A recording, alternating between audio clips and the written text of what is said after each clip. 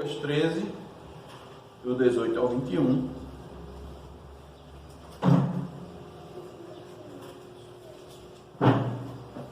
O título é Compreendendo o Reino de Deus. O título do nosso estudo: Compreendendo o Reino de Deus.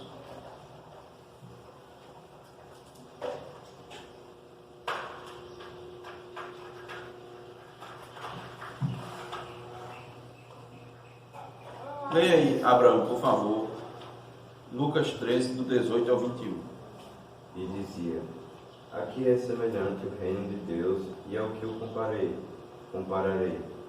É semelhante a um grão de mostarda que um homem plantou na sua horta, e cresceu e fez-se árvore, e as aves do céu aninharam-se nos seus ramos.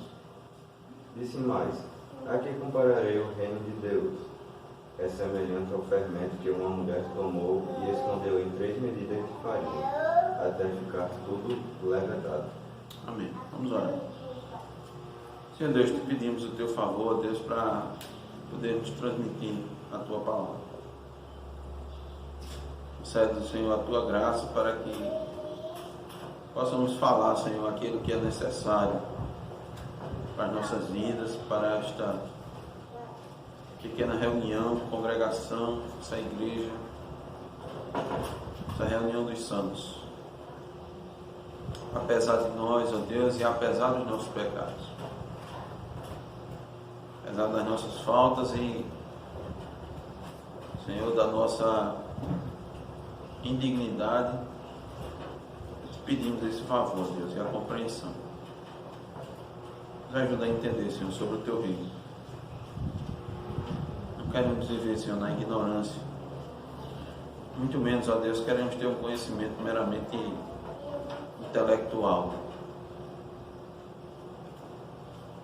da tua palavra, mas um conhecimento, ó Deus, experiencial. Nos ajuda, Senhor, nesse sentido, no nome de Jesus. Amém. Amém.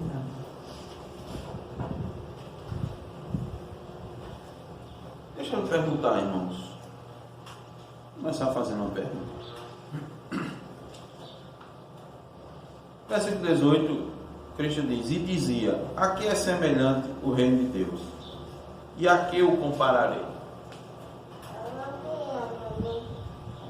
Irmão, você faz parte do reino de Deus? Amém. Faz parte? Sim. Sim. Faz parte do reino de Deus. Simone, você faz parte do reino de Deus? A que a gente pode comparar o reino de Deus? Se a gente tivesse que falar do reino de Deus, como é que a gente ia comparar? Eu estava na casa do irmão Zaqueu Gisele, e no momento lá daquele jantar providencial, aí a gente experimentou lá em Belém do Pará o açaí de verdade, o puro, que como todo produto, né, ele é extraído lá, né, de uma fruta e tudo mais, de um frutinho, e tem um processo de extração. E quanto melhor extraído, né, melhor você vai saborear. E eu estava tentando fazer a comparação do açaí de lá com o açaí daqui. Lembra que a gente estava, como é? E eu, naquele momento, me deu uma clareza que eu comparei ao cacau, porque os irmãos, né, moravam numa região cacaueira e sabe o que é o cacau puro.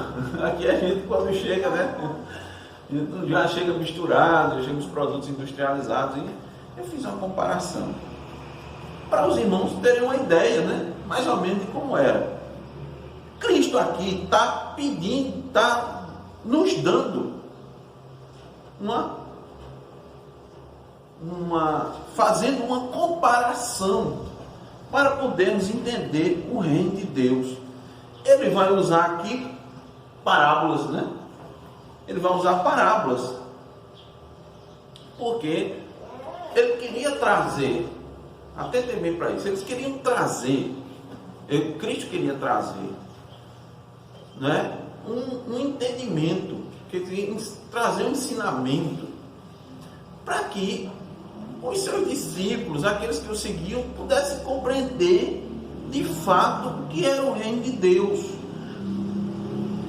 Entender um modelo, porque eles tinham um modelo, eles tinham uma noção, mas como nós falamos para os irmãos, era algo do Antigo Testamento.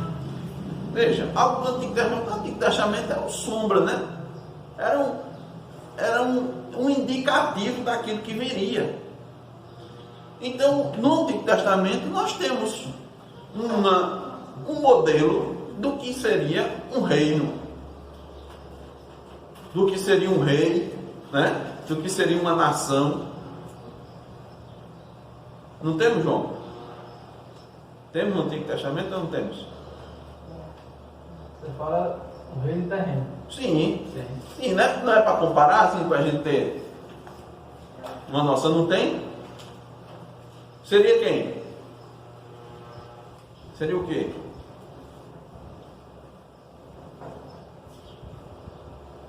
Fala Israel. Sim. Não tem um modelo? Não tem, Isaqueu? Davi é um modelo. O reinado de Davi é uma referência, né? Uma referência para todos. Referência para Israel. Tanto é que eles estavam esperando, os judeus estavam esperando um rei parecido com Davi. Não era assim? Concorda comigo? Concorda, Ramon? Estavam querendo um rei parecido com Davi. Né? E também os escritos do Antigo Testamento, quando iam comparar um rei ao outro, né? Quando ele seguia bem, dizia, andou no caminho de Davi, seu pai. Quando andava ruim, andava nos caminhos de quem? A referência de rei bom era Davi. E a referência de rei ruim era quem? Jeroboão, de Israel. Davi de Judá e Jeroboão de Israel. Então, veja, irmã Gisele, eles estavam esperando, aqueles judeus da época de Jesus Cristo, eles estavam esperando um rei e um reinado como o de Davi. Era a referência que eles tinham. Uma referência de pai era o pai Abraão, né? Eu sou filho do pai Abraão. Então, eles tinham isso. Agora, o reino de Deus seria semelhante ao reino de Davi? O Messias reinaria como Davi? Assentaria no trono para libertar os judeus da opressão dos inimigos, assim como Davi livrou da opressão dos filisteus? Seria isso? Ramon? O que eles imaginavam, sim. O que eles imaginavam, sim. Entendeu, não? Eles imaginariam que o Messias iria fazer isso. Até hoje os judeus estão esperando isso. Estão esperando o Messias, o rei que vai trazer paz. Principalmente agora que estão naqueles conflitos todos. Eles estão esperando o rei que vai trazer o Shalom. Que vai reinar, que vai congregar os povos, né? Vai atrair os povos. Está entendendo por que Jesus está querendo dizer, a quem compararei o reino de Deus? Ele quer trazer a instrução para aqueles que estão ali perto, para que eles compreendam o que é de fato o reino de Deus. E pior para Israel se Deus mandar uma pessoa parecida com isso hoje em dia. Sim. Que aí eles vão achar mesmo que é o Messias. É o Messias. Aí você, não, esse é o Cristo, né? É. Muitas vezes em Apocalipse fala que muitos virão como se fosse o Cristo, né? Dizendo, olha, eu sou o Cristo. Pode ser que ele não diga, eu sou o Cristo, mas ele diga, eu sou o libertador, né? Povo. E eles vão associar e vão seguir, né? E vão seguir. Então, irmãos, quais seriam as características do reino? A que a gente poderia comparar o reino de Deus? Né? Para responder essas e outras perguntas, talvez até que estivesse na mente dos seus ouvintes, Cristo vai trazer algumas parábolas. Talvez estivesse na mente dos ouvintes, por quê?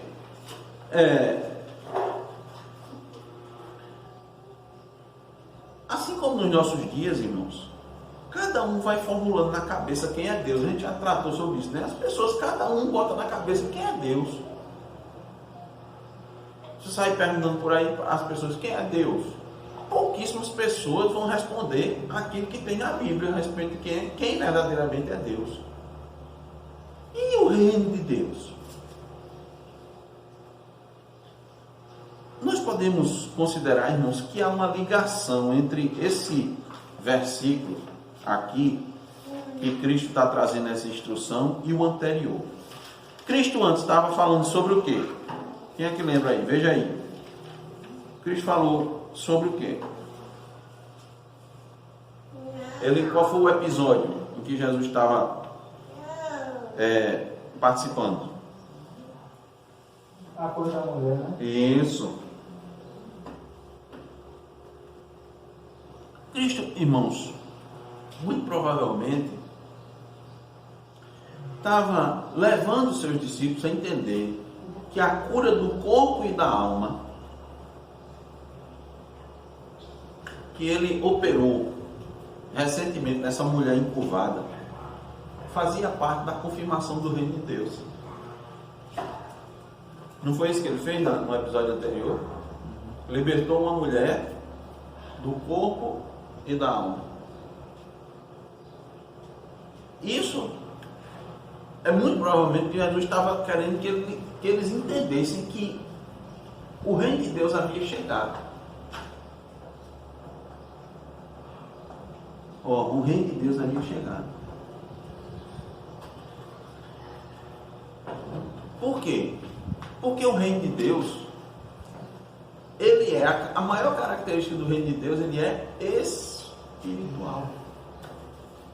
Não é um reino material. Os judeus estavam acostumados com o material, que figurava o espiritual. Mas ele tem que botar na cabeça deles ainda. Irmãos, essa questão é muito forte para o ser humano. Pegar nas coisas, tocar, experimentar. Cristo realiza no ser humano o maior milagre que pode acontecer na vida do ser humano. Certo? Qual é o maior milagre, João? A salvação. Salvação.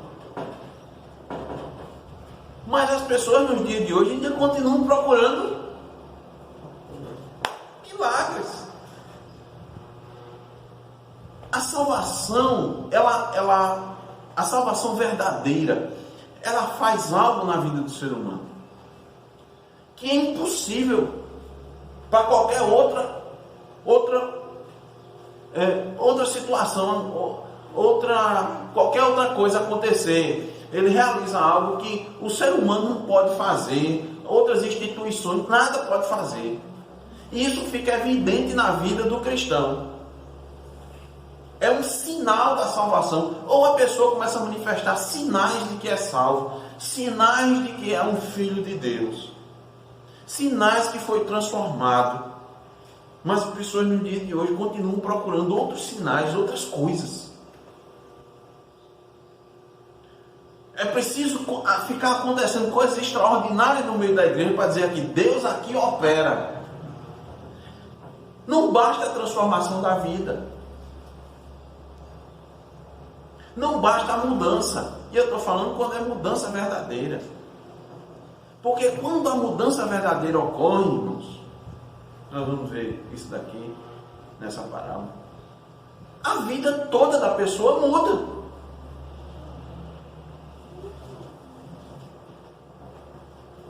Me permita dizer, olha, seus desejos mudam, sua perspectiva de vida muda, sua linguagem muda. Muito provavelmente, sua forma de se vestir muda. Tudo muda. Como ele se relaciona com o pai, com mãe, com o irmão, com a irmã, com seu colega, com seu amigo, com seu patrão, muda. Tudo muda. para melhor. Para melhor. Melhor na base da Escritura. Isso não é um sinal? Mas as pessoas ficam procurando pegar, experimentar. Irmãos, o reino de Deus é espiritual, eminentemente espiritual. Então, a pergunta é: como compreendemos o reino de Deus? A que o reino de Deus se parece? Essa é a pergunta que nós queremos responder, que Cristo está trazendo em duas parábolas. A primeira parábola é a parábola do grão de mostarda. Então, a que o reino de Deus se parece? Com o grão de mostarda. E como é que a gente vai entender? O que é que um grão de mostarda pode nos falar a respeito do reino de Deus que Cristo trouxe? Então, primeiro a gente precisa olhar para o grão de mostarda. Lucas não dá detalhes, irmãos, a respeito do grão de mostarda.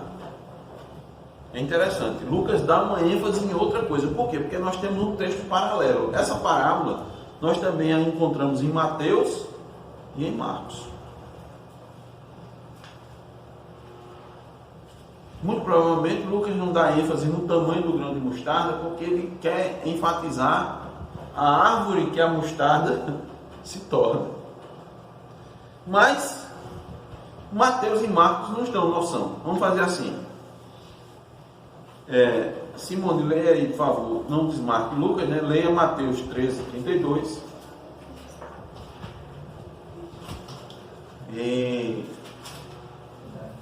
João, leia Marcos, por favor, 4, 31.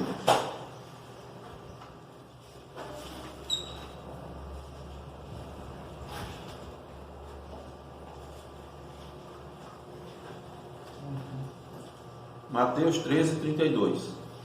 O qual, na verdade, a menor de todas as sementes. Pronto. Como é o grão de mostarda? A menor de todas. A menor de todas as sementes. João.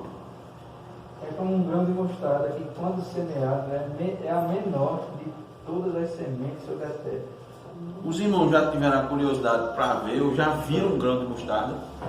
Como é, irmãos, aqui um grão de mostarda?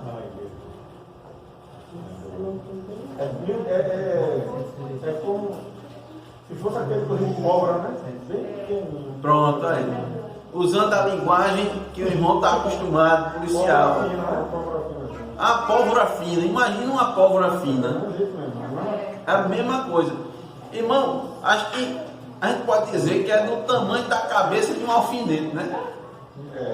Né? Um grão de mostarda é do tamanho da... Você botar aqui na mão, irmão, até para segurar é difícil aqui, ele vai cair. Porque se você apertar, ela some no dedo, não some, ela é tão pequena, sabe? Você tem que olhar, isso aí. Irmãos, o pessoal já calculou, disse que o grão de mostarda tem 2 milímetros de diâmetro.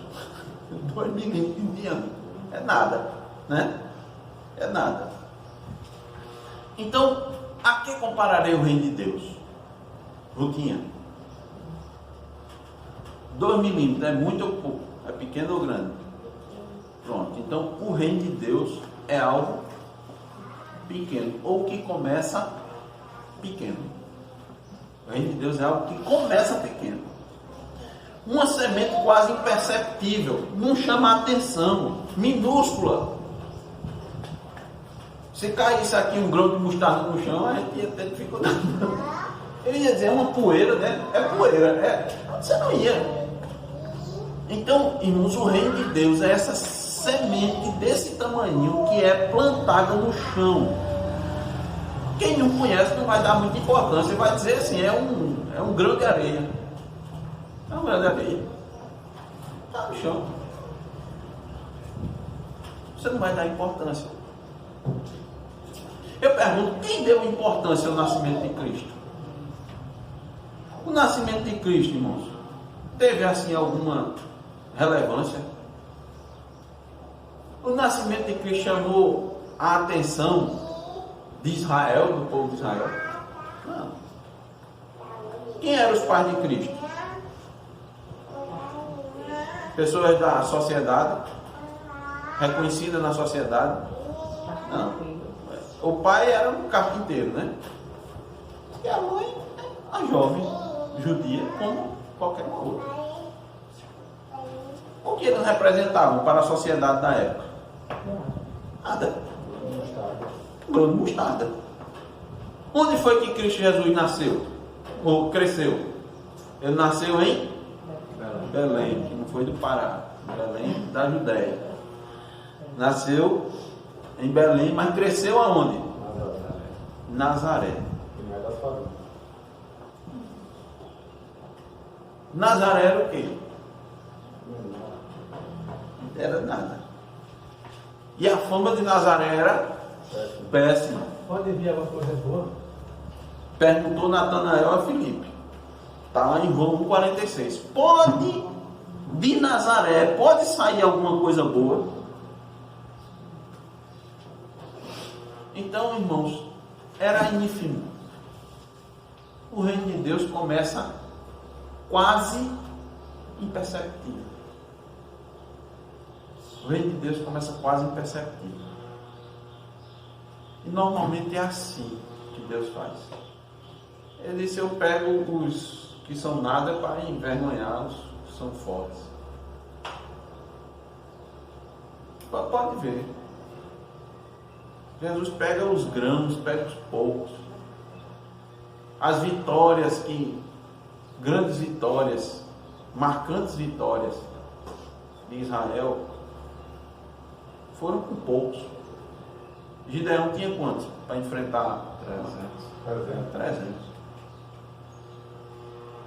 Esparta ficou no chinelo. Com quantos Abraão enfrentou uma coligação de 5 reis? 318. Homens da sua casa. Da sua casa. Era um guerreiro, né? Entendeu? Os irmãos forem ver, aquele que houve uma coligação de reis lá, eles fizeram um rapa. Essa coligação de reis, a gente vê que eles enfrentaram Sodoma e Gomorra e a cidade de perto. Mas antes eles já tinham vencido uns gigantes. Eles já tinham antes feito um rapa ali. Eles venceram os gigantes, né? Foram lutar contra outros, passaram por uma cidade e ali Sodoma e Gomorra era um conglomerado, assim, tinha umas 5 cidades ali, cada cidade tinha um rei. Eles aproveitaram ali e não tomaram nem conhecimento, e raparam e passaram e venceram. Eles não tiveram nem como ir sair arrastando tudo. Abraão soube, juntou 318 para a casa dele e venceu. Então, irmãos, eu pergunto, quem eram os discípulos de Jesus? Tem alguma gente importante? Tem alguém importante no discípulo de Jesus? Era pescador. Pescadores e tinha um publicano lá, rodeado pelo povo. Publicano. Qual era a mensagem, irmãos, que Jesus trazia? Atentem bem para ver o que é o reino de Deus. Para ver se a gente, né, tem uma noção. Qual era a mensagem que Jesus trazia? Arrependei-vos, porque está próximo o reino dos céus. Irmãos, não tinha nada de destaque. Até Isaías, né, diz que ele era um homem sem figura, né? Sem a boa aparência, né? Sem formosura. Sem formosura. Ele não tinha umas coisas que atraíam. Tá certo? O pessoal aí, né, pinta Jesus, né? Cabelo longo, Barba bem feita. barba bem feitinho. Parece que até usava Mach 3, Gillette Mach 3 na época. Né? É que eu conheço que é melhor, né? Ainda tem melhores. Parece que deram uma escovada no cabelo de Jesus. Olha, Totalmente. né? Totalmente. Lente de contato. Não, irmão, Jesus não tinha nada que atraísse. Quando Jesus estava lá, ele disse: esse Jesus, o pai dele não é José? Os irmãos e a mãe dele não vivem aqui entre nós? Esse homem não tem o reino de Deus, irmãos, é assim. Sem pompa. Sem pompa. Sem coisa espalhafatosa. Começa pequeno. Começa pequeno. Então veja, a mensagem de Jesus não era uma mensagem que buscava agradar as pessoas. A mensagem de Jesus não é uma mensagem que estava de acordo com o padrão da sua época. Tanto é que as pessoas pensaram que Cristo veio trazer ensinamentos contrários. Aí ele diz: olha, não se preocupe, né? Não vim. O quê? A lei. Eu não vim revogar. Eu não vim desmanchar, não. Então ele não. A mensagem de Jesus, irmãos, é a mensagem do reino. A mensagem do reino de Deus é essa mensagem.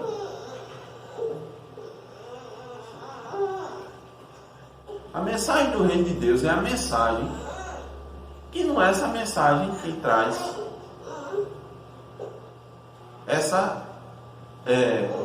essa coisa grandiosa. Ela é uma mensagem grandiosa, ela é uma mensagem poderosa. Mas a mensagem por si só não é a mensagem que vai atrair multidões. Ela começa com arrepender-vos. E essa mensagem trouxe o que para Jesus? Trouxe o que para os seus discípulos? O que é que essa mensagem trouxe, Ramon? Repete novamente, por favor. A mensagem de arrependimento. Quais foram as consequências que trouxe? Perseguição, ódio dos escribas, dos fariseus, dos religiosos da época.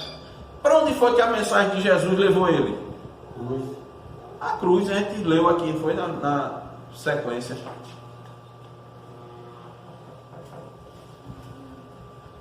As pessoas não tinham nem com que acusar Jesus Cristo, não tinham nem com que acusar Jesus.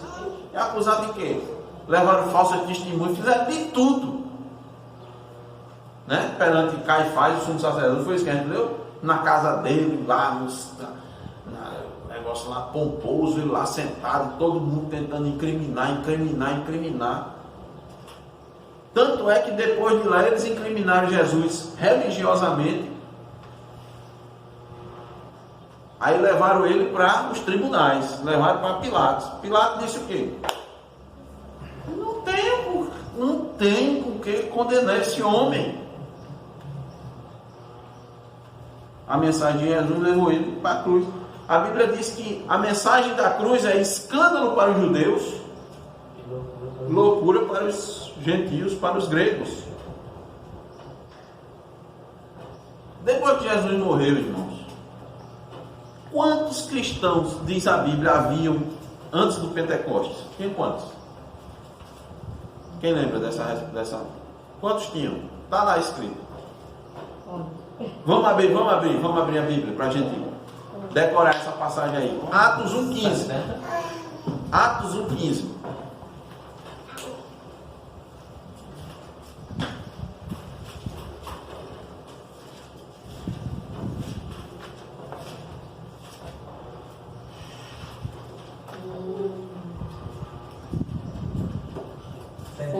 $120. 120. Agora lembra, irmão, que multidões e multidões seguiam, né? Iam atrás de Jesus. Mas os eleitos, pelo menos indicados aqui, eram quantos? Tinha outros, lógico. Mas me diga, irmão, não é um grão de mostarda? É isso aqui, né, irmão Gisele? 120 pessoas, meu. 120. 3 anos. Irmãos, João, 3 anos de ministério. De Jesus, hein? De Jesus pregando de dia, de noite, de madrugada. Fazendo milagre, atravessando o rio de um lado para o outro, e o Jordão, irmãos, e libertando gente de endemoniado, irmãos, pregando a palavra na sinagoga, quando era costume de Jesus ir para onde? A sinagoga, como Paulo também ia no sábado para a sinagoga, ia para lá e ensinava, e 120, um grão de mostarda comparado aos judeus, naquela época, eu estou falando só de judeus, e os gentios que ouviram? Lembrei agora, pessoal, uma comparação assim, acho até tola, mas meu tio comprou aquela máquina de fazer suco, não sei o que lá, a Juice, que fazia propaganda Polishop. Aí ele vendo no vídeo, o cara botando a cenoura, enchendo um pote de suco, pote de cenoura. Ele comprou a cenoura, aí as gotinhas. Mas com aquela multidão de gente, é a cenoura. Quando vai espremer, sai uma gotinha de gente. A peneira. A que compararei o reino de Deus? É semelhante a um grão de mostarda que um homem plantou na sua horta. Mas essa pequena semente, após plantada, se tornou uma árvore. Finalzinho do versículo 19. Parte B do versículo 19, leia, por favor. E cresceu e fez-se árvore, e as aves do céu aninhavam-se nos seus ramos. Olha, tinha 120 pessoas antes do Pentecostes, né? Após o Pentecostes, após a pregação, a primeira pregação de Pedro, Atos 2, 41. Abra aí, para ir anotando na sua Bíblia. Ruth, Atos 2, 41.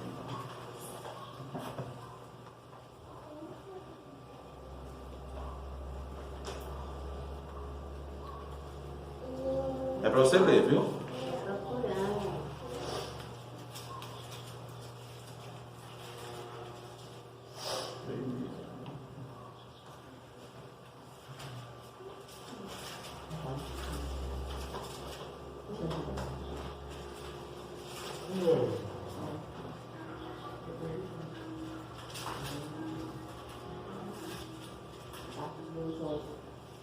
Atos 2, 41.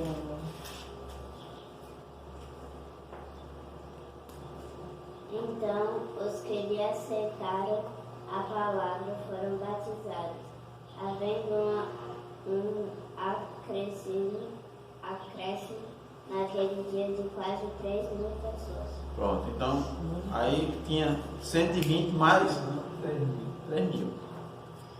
O reino de Deus é como essa semente. É algo insignificante. Começa insignificante. Começa sem estardalhaço. Começa com uma mensagem clara. Começa com a mensagem da verdade. Começa com pessoas simples. Então, irmãos, olha, o pessoal faz a maior, sabe? Veja como as coisas desse mundo são contrárias à palavra de Deus. São contrárias à concepção. A gente precisa entender a concepção do reino de Deus. A pessoa faz um maior e diz, rapaz, fulano de tal artista se converteu. Aí é todo mundo fala, em todas as igrejas falam. O reino de Deus, irmão, não que vai pegar, vai alcançar pessoas importantes. Vai. Mas, irmãos, essa pessoa é mais um pecador. Mais um pecador que foi convertido. Ele não tem nada de mais, ele não tem nada de extra, não tem nada de especial. Deus não fez mais força por meio do Espírito para converter ele do que converteu o seu, né, José, mais do que converteu João Miguel, Rogério Brilhante, entendeu? Gisele Oliveira. Não fez mais força. Não fez. Mas porque falta um entendimento a respeito do quê? Do que é o reino de Deus. do que é fazer parte. Aqui compararei o reino. Tem até o que é fazer parte do reino de Deus. É lá um grãozinho. Porque nós não somos nada, irmãos. Não somos nada. A gente tem que entender isso. Aqui está se falando de coisa pequena que começa. Eu estou falando, sim, do questão qualitativa, que nós não somos nada. Os discípulos de Jesus não eram nada. Como eu disse, era desprezado, publicano. O publicano tinha bajulador perto dele, porque ele tinha dinheiro. Agora, publicano era respeitado? O pessoal respeitava o publicano? Jesus Cristo disse: quando uma pessoa for excomungada da igreja, considera ele como gentil e publicano. Ninguém chegava, judeu não chegava perto do publicano, o judeu não gostava de publicano. Então, irmãos, mas essa sementinha, ela se tornou árvore. Esse é o reino de Deus. Por quê? Esses irmãos ali que foram alcançados pela graça se tornaram cada vez mais ousados. Se tornaram ousados. Pedro ficou ousado. Nós lemos aqui o Pedro que negou Jesus 3 vezes. Ficou ousado. Na pregação dele foram quase 3.000 almas. E mais lá na frente o cara pegava Pedro e dizia: não pregue não, Jesus, não pregue Jesus. E Pedro pegava e prendia ele, botava na prisão, maltratava, soltava ele, pregava. Ousado. Ousadia. Esse é o reino de Deus. O reino de Deus faz a pessoa ousada. Mas ousado em quê? Ousado na palavra. Não faz ousado na brabeza, não. Olha o que aconteceu com aquele que pegou a espada e tirou a orelha do outro. Jesus disse o quê? Rapaz, guarde sua espada. Porque aqueles que usam da espada, pela espada perecerão. No reino de Deus a gente vai aprendendo. Isso é o reino de Deus, não é o reino da brabeza, da violência, não. Agora é o reino da ousadia. Você fica bravo. Bravo por quê? Para pegar a palavra. Ousado para pregar a palavra. Mas fica manso.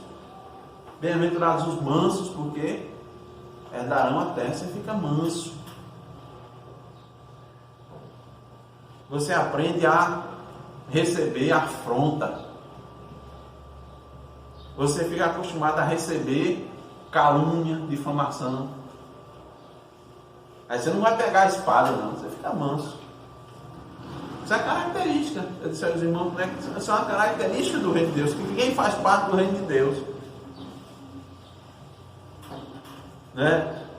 Eu escutei alguns pastores que dizem que crente, escute bem essa, crente é aquele que não leva desaforo para casa. Sabe por quê? Perdoa na hora. Não leva desaforo, ele perdoa logo. Não vai descontar não no outro. Não. Pai, perdoa. Oh Deus, misericórdia, tem misericórdia. Isso é um reino de Deus. Ó, Cristo transformou o maior perseguidor da igreja no maior evangelista. Quem foi? Paulo. Os judeus saíam perseguindo Paulo de cidade em cidade, levantavam falsas testemunhas para acusarem perante Roma. Ele foi preso, mas nem as cadeias barraram o evangelho. O reino de Deus era aquela sementinha de mostarda que foi crescendo, ó, virou árvore grandona. Árvore grande. Estevão foi a semente. Né? Estevão foi a semente. Estevão, né? Pregando, ensinando para os irmãos. Meus irmãos, se arrependa, se arrependa. Foi o que o povo fez, apedrejou ele. Quando ele estava morrendo, fez o quê? Pediu para Deus perdoar.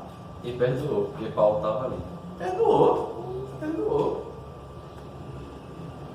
Aquilo ali para Paulo, irmãos, Paulo passou a vida todinha lembrando daquilo ali. Ele disse: irmãos, eu não sou digno não, porque eu persegui, eu concordei com a morte. Que estava na mente do apóstolo Paulo.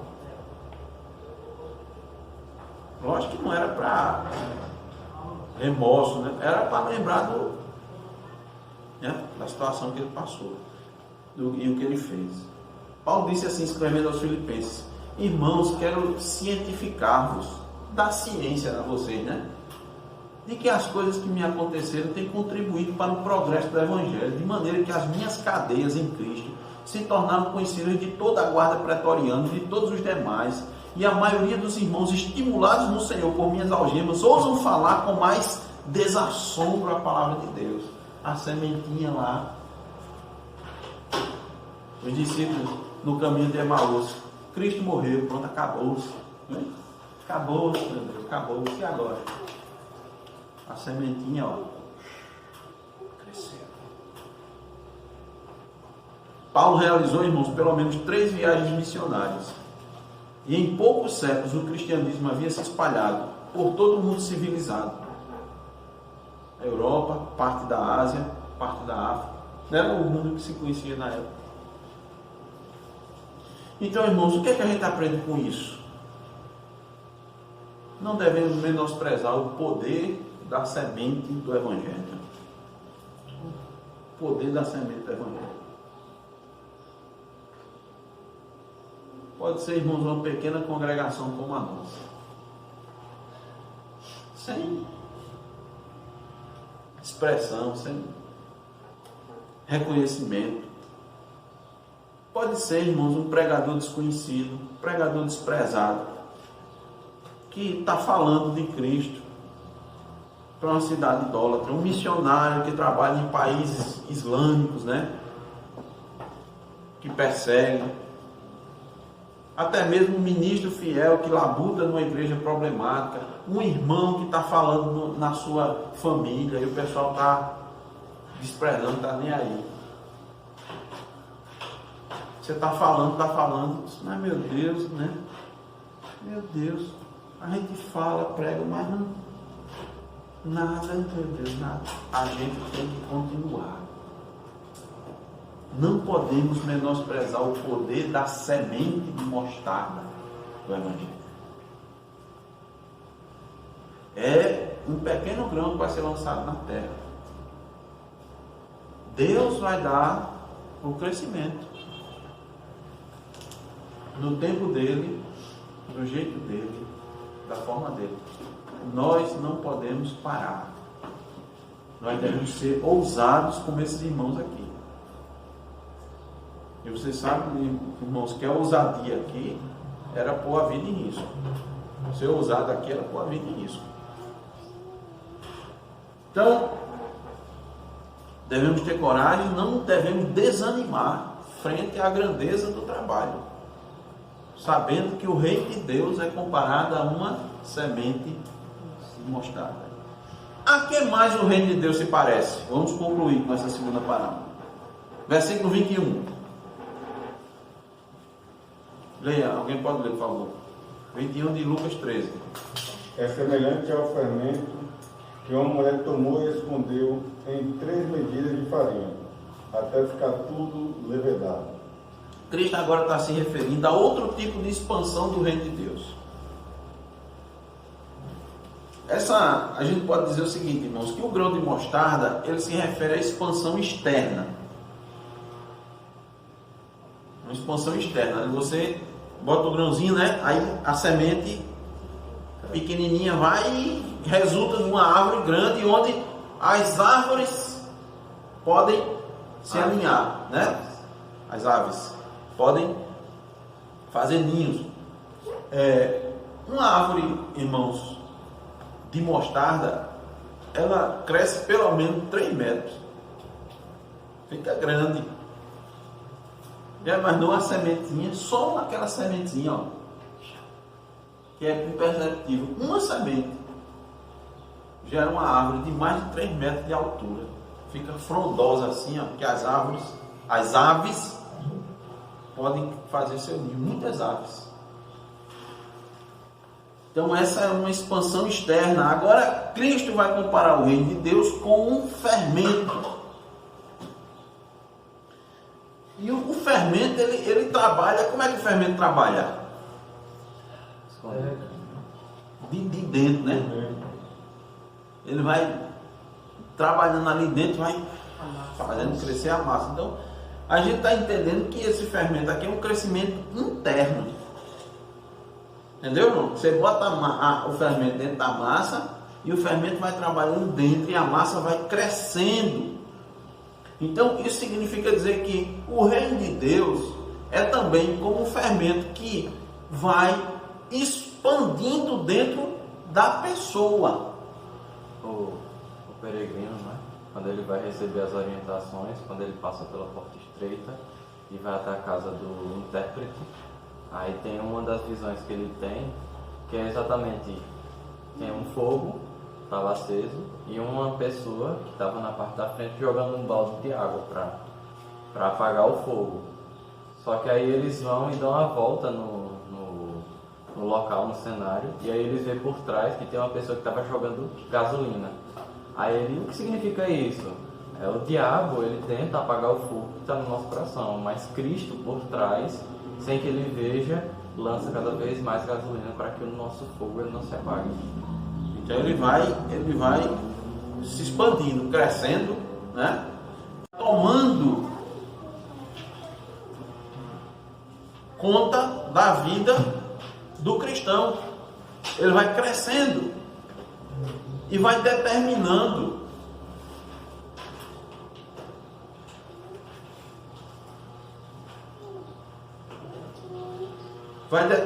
a vida do cristão. Vai determinando todas as áreas da vida do cristão, até tudo ficar levedado. E isso começa com pouca coisa. Fermentozinho comparado à massa, normalmente, né, é uma coisa mínima. É uma pitada. E como é que isso começa? Começa com um sermão. Começa com uma palavra. Começa com um estudo. Começa com orientação bíblica, a pregação. Começa com a apresentação do Evangelho. Começa dizendo à pessoa: olha, nós somos pecadores. Nós necessitamos de Cristo. Nós não podemos fazer nada. Começa com as doutrinas da graça. E a partir daí aquilo vai fermentando, vai tomando todo o ser. Então, esse crescer aqui é o todo o ser sendo preenchido, o coração, a mente, os desejos, as vontades, vai tomando conta. Esse é o reino de Deus. Ele cresce numericamente e cresce, né, internamente, espiritualmente, qualitativamente. E aí ele vai influenciar a vida. Mas não é só parte da vida, é toda a vida. Aí a pessoa vai buscar uma vida santa, uma vida honesta, uma vida na verdade, né? Aí a pessoa passa a ter aquelas características do cidadão do céu, um pacificador, um chorão. Ele vai chorar os seus pecados, né? Uma pessoa que vai ter fome e sede. Por isso que a gente diz que a vida cristã é paradoxal, o evangelho é paradoxal. Cristo disse: olha, se você vier a mim, você não vai ter mais sede. Não disse a mulher samaritana? Mas por outro lado, Cristo diz: bem-aventurados que têm fome e sede. Gente, e como é isso? É paradoxal. Se disser contraditório, não é. Porque você sempre vai ter mais fome e sede da justiça de Cristo. Você sabe que você não tem justiça própria. Você passa a vida e vai vendo. Quanto mais você se aproxima de Cristo, mais você vai vendo, vai contemplando o que foi Cristo, a obra de Cristo, a grandeza. Vai vendo seu pecado, vai vendo sua necessidade. Você tem fome e sede, tem fome da palavra, sede da palavra. Por outro lado, ele vai ser saciado. Essa sede vai ser saciada, essa fome vai ser saciada. Então esse fermento é isso que vai influenciando o reino de Deus. É aquele que, quem faz parte do reino de Deus, tem toda a sua vida influenciada pelo fermento. A massa, que é a vida, vai ser influenciada por esse fermento. Vai expandir. Vai tomar conta.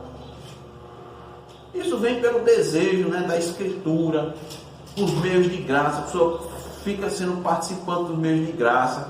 A pessoa passa a ter objetivos espirituais na sua vida, passa a abandonar as coisas terrenas.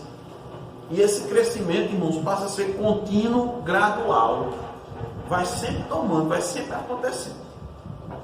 Isso, irmãos, vai demonstrando uma completa conversão a Deus. Uma dedicação. Você vai ver, a pessoa está com a vida dedicada ao reino de Deus. Você vai olhar para a pessoa, as palavras dela, os desejos dela, os objetivos dela, eles vão estar alinhados com o reino de Deus. Então, por isso que o reino de Deus é comparado a esse fermento que tomou conta da vida da pessoa. Porque o fermento toma conta da massa, não toma? Ele é quem determina. O fermento determina a massa, como ela vai agir, como ela vai reagir. O reino de Deus vai fazer isso. Cristo disse assim, ó, esse fermento. Então, a obra do Espírito Santo, quando ela começa, ela não para. O Ramon disse, vai botando lenha, vai botando gasolina, não para. É contínuo, é um processo contínuo. Então, a pessoa, você vai ver que a pessoa vai... Quando a pessoa está no reino de Deus, você vai verificar que ela se preocupa mais com o reino de Deus que com ela mesma. Isso é uma característica. Ela vai se preocupar mais com o reino de Deus do que com ela mesma. Era assim que Jesus Cristo vivia. Tanto irmãos, que a família de Jesus foi atrás dele pensando que ele estava doido. Por quê? Porque ele não se preocupava com ele mesmo. Não come mais, não bebe, ora demais. Você vai ver Jesus procura Jesus está onde? Você está orando. Foi dormir que hora? Foi dormir tarde. Acordou cedo. Está onde? Está orando. Está pregando. Está falando.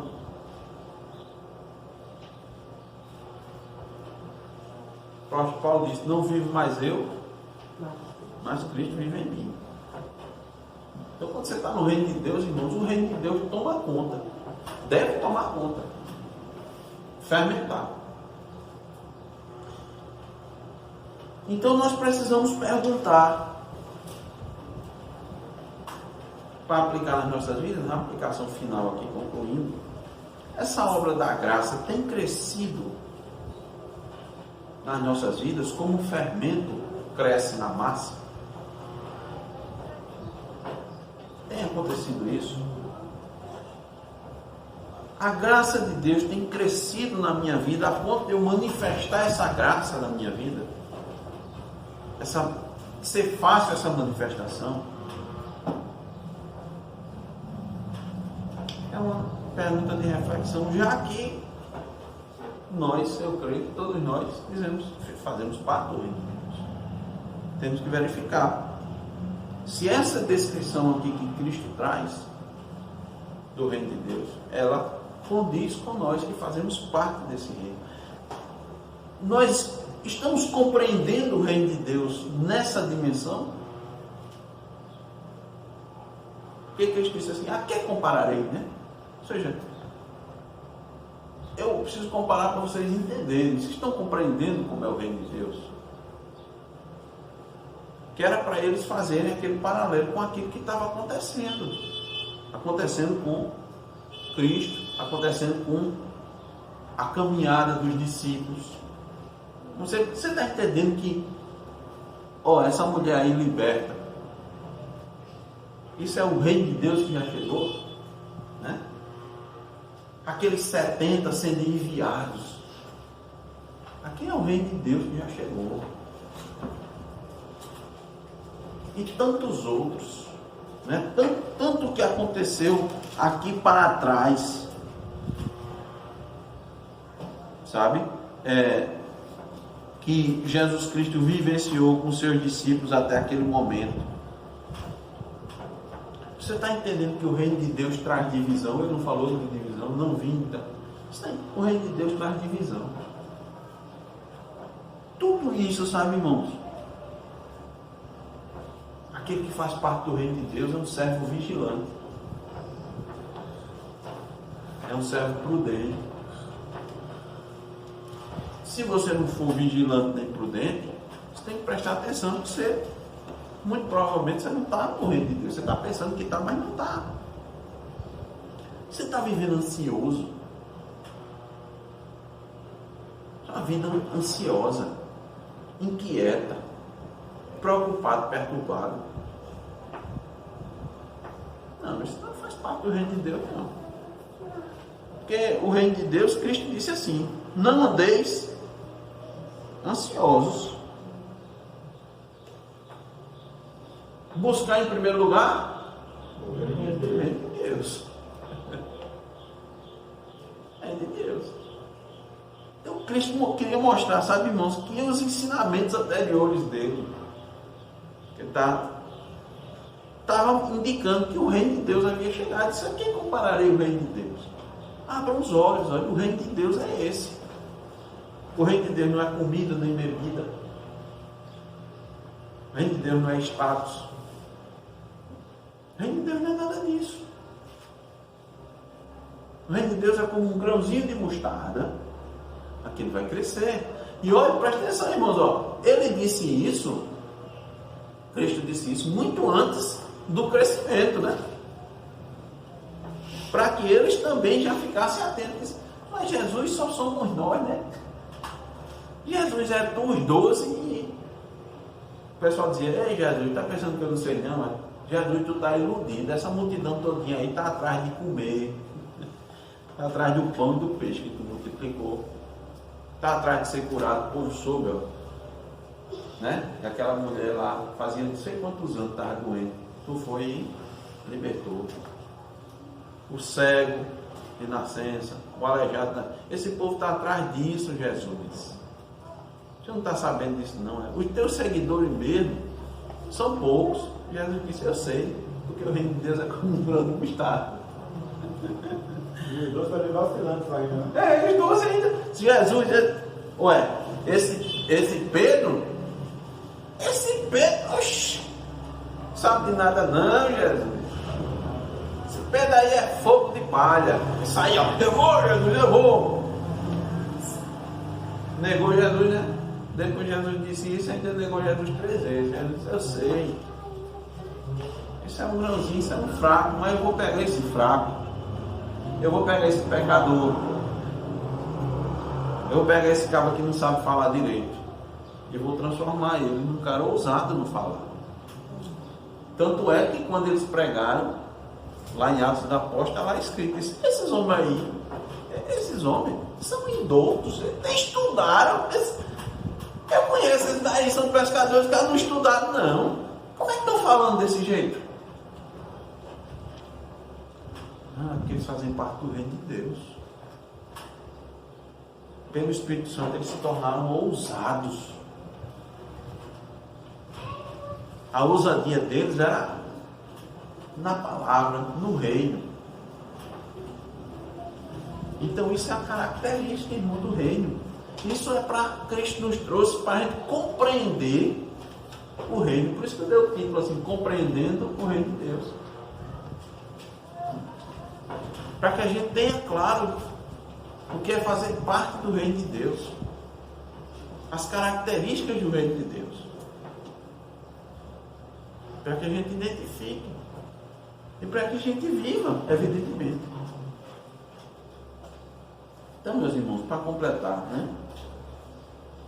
A obra do Espírito Santo, ela não fica parada, não fica quieta. Ela vai fermentar, ela vai crescer, ela vai se expandir. Porque a Escritura diz: estou plenamente certo de que aquele que começou boa obra em vós, há de completá-la até ao dia de Cristo Jesus.